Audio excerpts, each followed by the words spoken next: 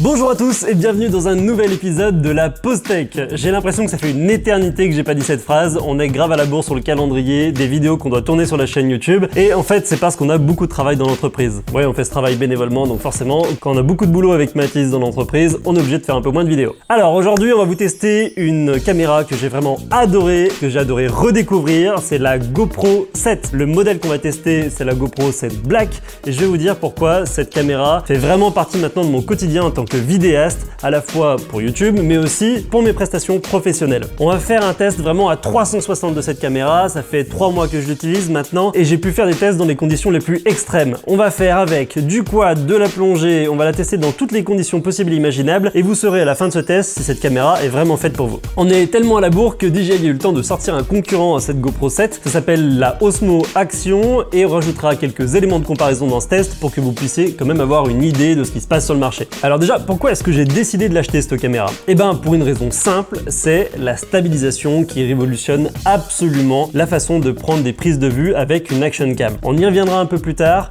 mais vraiment c'est ça qui a permis de faire évoluer le marché et qui a permis de faire évoluer ces petites caméras. Pour pouvoir la tester dans toutes ces situations, nous sommes partis aux Canaries rien que pour vous. Et peut-être un petit peu pour prendre des vacances aussi, hein. Ça fait du bien de temps en temps. Rentrons tout de suite dans ce qui est le plus important. Au niveau de la vidéo, la GoPro 7 est capable de filmer en 4K 60 images par seconde, ce qui est vraiment chouette, et également en 1080p en HD jusqu'à 240 images par seconde. Et ça, c'est vraiment super chouette pour une caméra de cette taille. GoPro a vraiment fait un effort sur la qualité de l'image entre les versions précédentes et celle-ci. On retrouve un beau rendu, de belles luminosités, un beau contraste. Je suis généralement très satisfait des images que ça sort. Vous pouvez voir que l'ensemble des images est plutôt équilibré, et dans toutes les situations, même si elle n'est pas excellente, elle reste bonne. Il y a relativement peu de plans où j'ai pu la piéger et qu'elle me sorte une image dégueulasse. Dans l'ensemble, je suis très satisfait de ces images.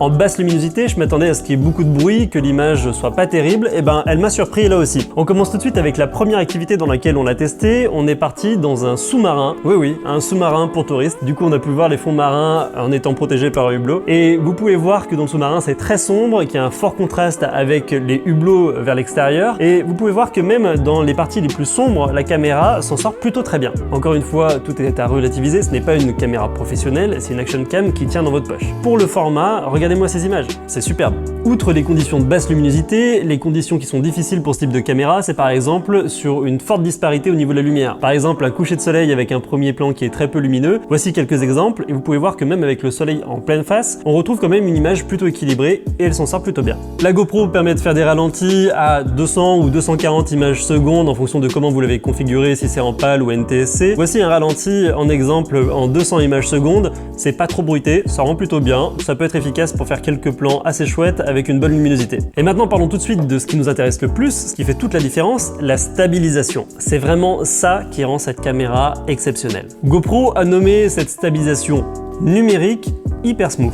Une stabilisation numérique, ça veut dire qu'il n'y a pas d'éléments qui bougent dans la caméra pour la stabiliser. C'est donc un calcul avec les données de l'accéléromètre qui sont données par la caméra, qui permet d'anticiper les mouvements et donc numériquement choisir où est-ce qu'on doit rogner dans le capteur pour que l'image paraisse stable. Vous avez peut-être déjà vu des tests qui disent est-ce qu'on doit acheter une Osmo Pocket, donc avec une stabilisation 3 axes, ou une Action Cam avec une stabilisation numérique? Ben je crois très clairement que dans l'avenir, la question ne se posera pas et que la stabilisation numérique va vraiment révolutionner les usages. GoPro a le mérite à être le premier à avoir créé une stabilisation de la sorte, les concurrents vont suivre, et entre autres la Osmo Action a suivi. Donc sur la GoPro 7, on peut faire de la stabilisation en hyper smooth uniquement en HD, donc en 1080p, là où la Osmo Action peut le faire en 4K. Moi je m'en fous parce que je tourne toujours en HD, j'ai pas encore les capacités de serveur et d'ordinateur pour pouvoir monter de la 4K tout le temps. Et ce qu'il faut savoir, c'est que sur la Osmo Action, apparemment il y a un lag entre ce qu'on voit et l'image réelle, chose qu'il n'y a pas sur la GoPro 7. Il n'y a pas de lag du tout quand on passe la main devant par exemple. Donc c'est parti, on va vous montrer comment s'en sort cette stabilisation dans les différentes activités. Tout ce que vous allez voir a été soit tourné à la main comme ça, soit on a mis la caméra sur la poitrine, soit on a clipsé la caméra sur un quad ou sur différentes parties d'un véhicule. Mais rien n'a été tourné avec une nacelle de stabilisation. Allez, premier extrait, voici comment ça se passe lorsqu'on marche.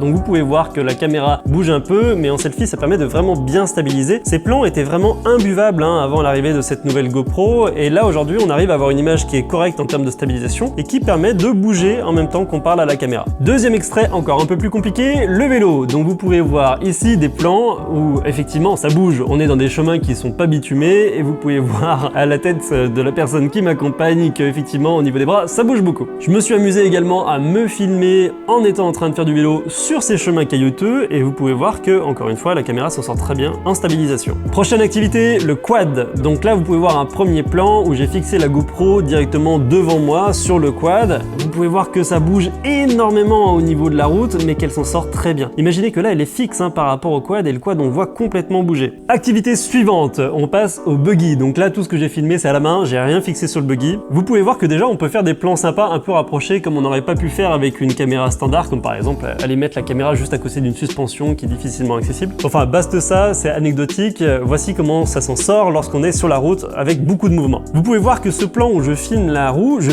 mets vraiment la caméra dans ma main et je sors la main du véhicule, donc ça bouge énormément et regardez comme la route est stable, c'est quand même impressionnant. Je suis vraiment dans le superlatif, c'est pas une vidéo sponsorisée, c'est juste que vraiment j'ai adoré filmer avec ça et j'ai vraiment pris beaucoup de plaisir, donc vraiment, je l'aime ma petite GoPro. Et même dans la vie de tous les jours, là par exemple, on a un plan où on était au zoo, vous pouvez voir qu'on peut filmer des choses de très près comme cette magnifique girafe et sa grosse langue, sans pour autant avoir des images qui sont shaky, des images qui bougent, c'est quand même relativement stable pour autant qu'on est dans le feu de l'action, on est dans le mouvement et la caméra on la tient uniquement à la main. Bon, je sais que Mathis aime bien faire des petits plans de dubstep avec plein d'extraits, alors vas-y, fais-toi plaisir, t'as 15 secondes.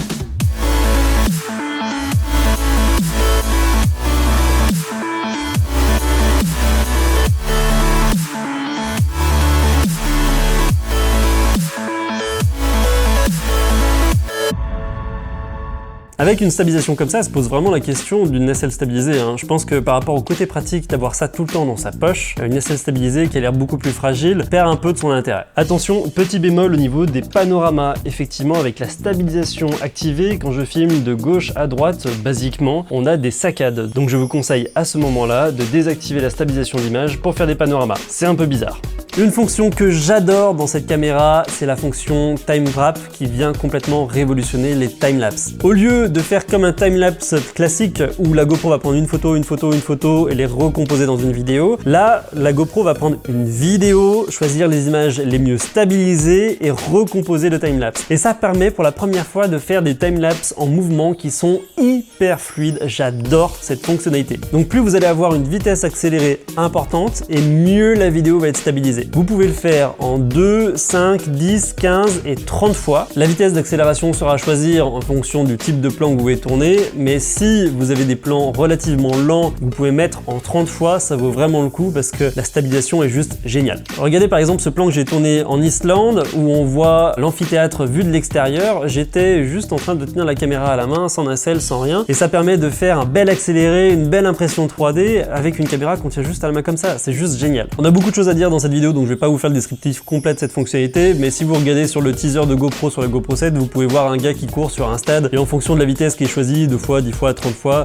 vous pouvez voir la différence de stabilisation sur ce timelapse. Alors avec la GoPro, vous avez le choix d'avoir 3 types d'angles. Vous avez le choix d'avoir le mode linéaire qui est le moins grand angle, le mode large et le mode super view. Voici à quoi ça ressemble. Donc là par exemple, on voit Mathis qui dort en train de bosser au format linéaire, Mathis qui va bientôt perdre son emploi en mode large et Mathis qui va peut-être enfin se réveiller en mode super view. Alors qu'est-ce que ça donne maintenant quand on tient les caméras devant soi? Donc là je me filme à bout de bras en format linéaire, là je me filme en format large qui est le format intermédiaire, un peu grand angle mais pas trop, et là en mode super view, donc c'est le mode super grand angle de GoPro. Ce que vous entendez là c'est avec le micro interne et ça me permet de faire une super transition. Pour vous expliquer un peu comment ça marche au niveau du son, je vais entièrement tourner la prochaine séquence avec le son de la GoPro. J'aime bien ce petit bruit. Voilà, donc à partir de maintenant, le son vient de la caméra. Donc le son s'est vraiment amélioré au fur et à mesure des GoPro. Pour la première fois, je me permets de me dire, je vais pouvoir utiliser le son de la caméra, tant pis, il faudra le retoucher un petit peu, mais c'est pour une fois à peu près correct par rapport à un micro externe. Par contre, même s'il y a des efforts qui ont été faits là aussi, on est encore nul quand il y a du vent. Le vent a foiré environ un plan sur 2 sur ce que j'ai tourné en vacances. On entend rarement avec du vent ce que je prononce. Extrait. Ça s'appelle Fuerteventura, qui veut dire littéralement vent fort en espagnol. Et on comprend pourquoi est-ce que le championnat du monde de kitesurf se tient juste ici. Vous n'entendez certainement rien de ce que je suis en train de dire. Apparemment, l'Osmo Action est un peu meilleur avec le vent, mais bon, ça on le saura que le jour où on va le tester. Petit inconvénient de cette GoPro, il faut que vous le sachiez, j'ai fait cette erreur 1 million de fois et du coup ça m'a foiré beaucoup de plans lorsqu'on tient la caméra devant soi. Le problème c'est qu'on a tendance à la tenir en mettant un doigt sur le micro et à partir du moment où vous mettez le doigt sur le micro, vous n'entendez rien du tout. Et du coup je ne compte plus le nombre de plans où je me suis filmé comme ça en train de tenir la caméra, ou plutôt exactement en la tenant comme ça, et j'entendais rien du tout. Donc bon, pour conclure, le son est bon, il y a une grosse amélioration, mais l'Osmo Action dépasse la GoPro 7 là-dessus. Au niveau de la photo, c'est quelque chose dont je me sers pas énormément, ça fait des images 12 mégapixels, les images sont correctes, voire même bien, hein, d'un point de vue général, j'ai trouvé l'image plutôt chatoyante, bien contrastée, c'est agréable à l'œil. Il y a un mode HDR, alors il faut savoir que les images en mode HDR, elles sont encore plus jolies, par contre, si vous bougez un petit peu, ça va complètement foirer les images. Voici une image HDR que j'ai prise sur un bateau avec les vagues qui font bouger la caméra, et vous voyez qu'en fait, il y a un temps de latence entre la première prise et la dernière prise de vue, du coup ça fait ce flou un peu bizarre. Donc bon, si vous bougez, désactivez l'HDR. Parlons maintenant des autres fonctionnalités de cette GoPro. Pour la première fois, elle est étanche à 10 mètres sans caisson. Et ça, c'est vraiment super parce que du coup, pour tous les plans de piscine, pour toutes les personnes qui ont acheté ça sans trop se prendre la tête, ça peut faire des belles vidéos de vacances, même sous l'eau, sans avoir à se prendre la tête avec un caisson étanche. Voici pour exemple un petit plan que j'ai fait sans caisson, juste pour voir les poissons sous l'eau. Vous voyez, on n'a pas à se prendre la tête, juste on prend la caméra, on la met sous l'eau, ça fait un joli plan, on la ressort, tout va bien. Alors le fait que ça soit étanche juste à 10 mètres, c'est peut-être un détail pour vous, mais pour moi, ça veut dire beaucoup.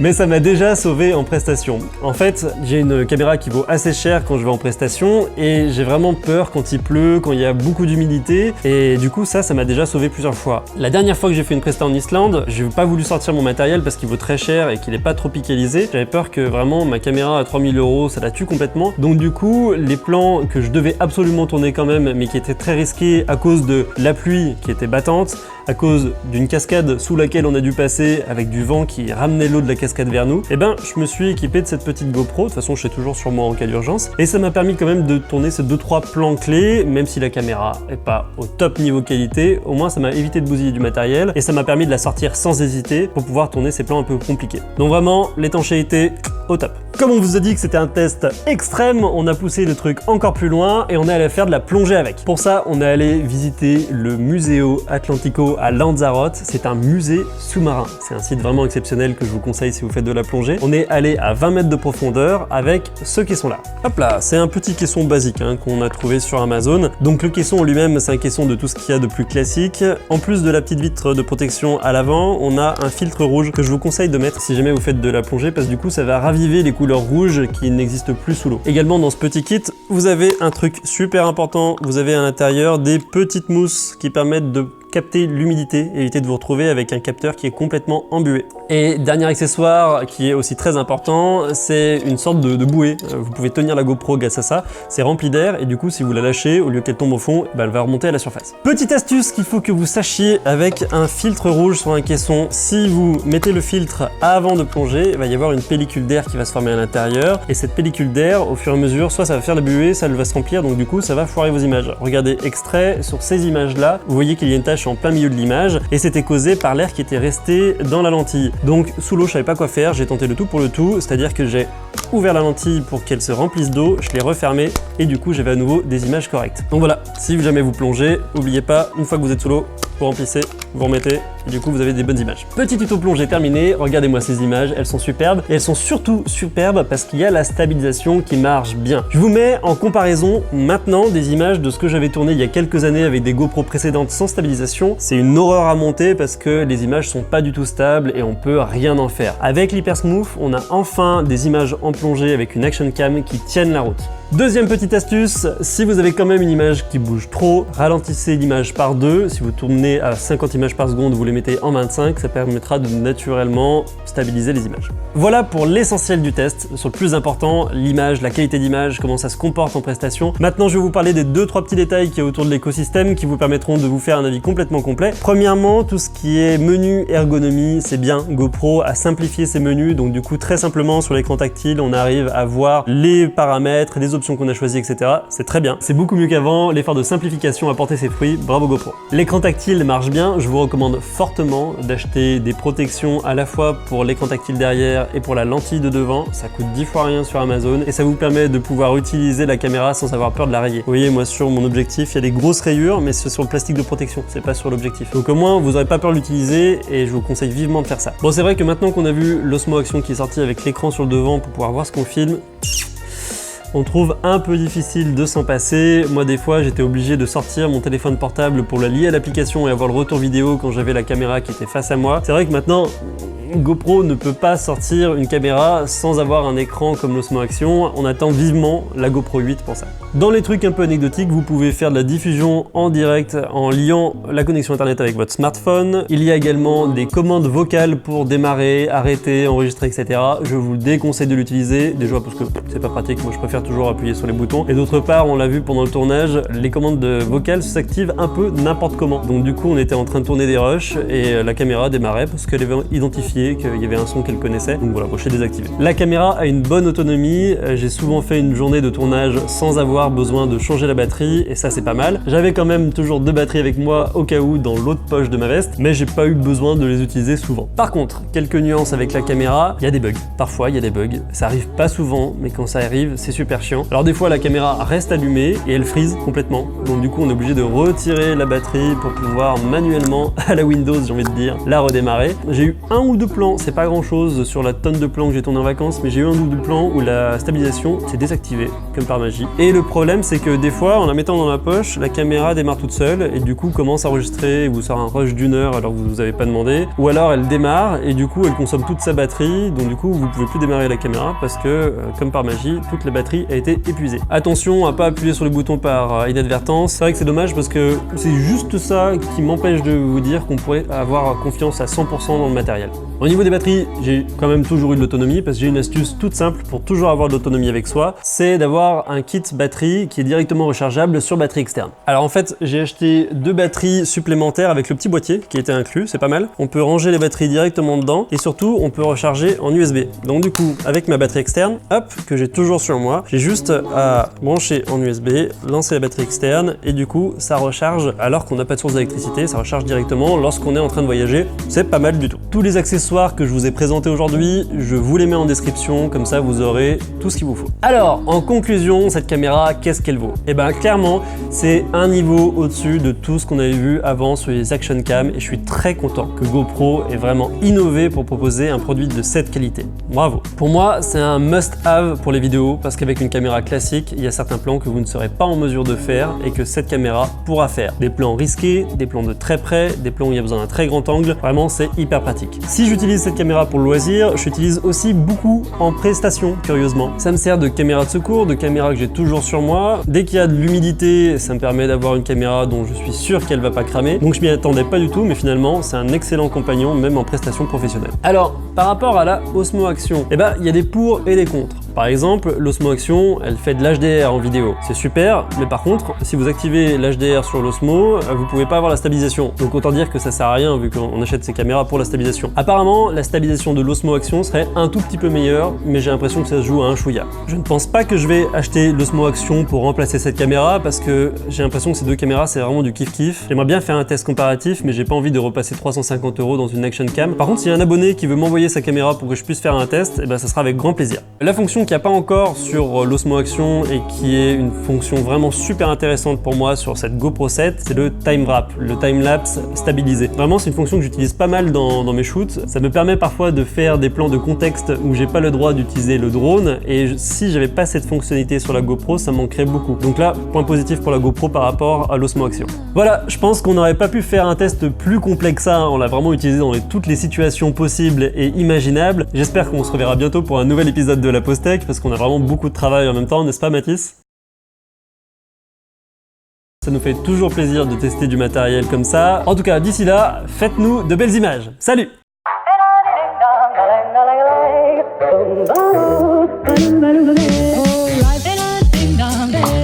Take you up in boom boom boom, tell me I'm the only one that you love. Life could be a dream.